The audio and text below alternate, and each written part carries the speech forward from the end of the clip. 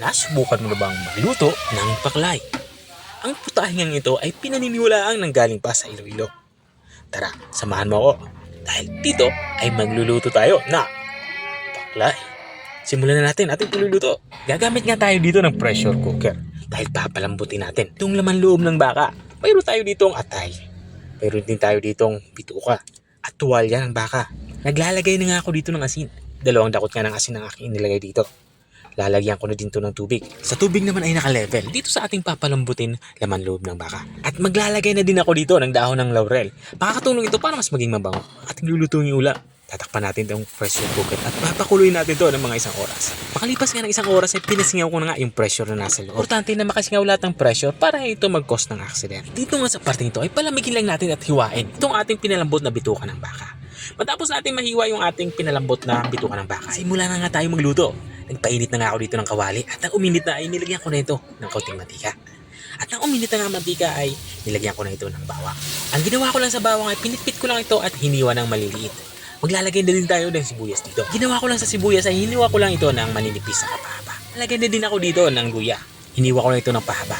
At kung nanonood ka pa rin hanggang dito sa parte ng aking video, ibig sabihin na interesado ka sa aking niluluto. Pwede mo na may comment kung taga saan ka para alam ko kung hanggang saan umabot ang aking video. Balikan natin itong ating nilulutong ulam. Ito nga sa part nito ay inilalagay ko na itong ating napalambot at hiniwang laman loob ng baka. Ang gagawin lang natin dito ay igisa lang natin to o isang kutsa lang natin to para kumapit yung ating mga pampalasa dito sa ating nilulutong ulam. At habang iginigisa ko ito ay maglalagay na ako dito ng suka. Sasabayan ko na din ito ng liquid seasoning. At maliban sa liquid seasoning ay dadagdagan ko na din ito ng toyo. Makakatulong ito para mas maging malasa ang ating nilulutong ulam.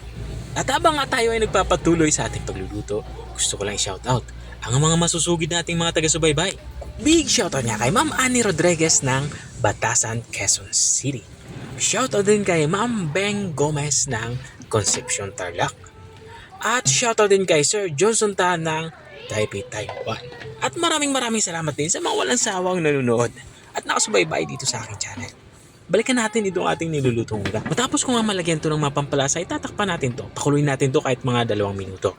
Makalipas ka ng 2 minuto ay binuksan ko na nga ito. At dito nga sa part ito ay lalagyan ko ito ng pampakulay. Ito yung atsuete. At matapos natin malagyan ito ng atsuete ay ilalagay na din natin ang ating halong gulay. Meron tayo ditong carrots. Hiniwa ko lang ito ng maliliit at korteng pa cubes. At maglalagay na din ako dito ng siling green at siling pula para extra anghang yung ating nilulutong ulam. At dito sa parte ito ilalagay ko na itong ating onion leeks. Ito yung ating panghuling sangkap. Para naman lumapot yung ating sauce o sabaw, maglalagay ako dito ng slurry. Ito yung tinunaw na cornstarch sa tubig.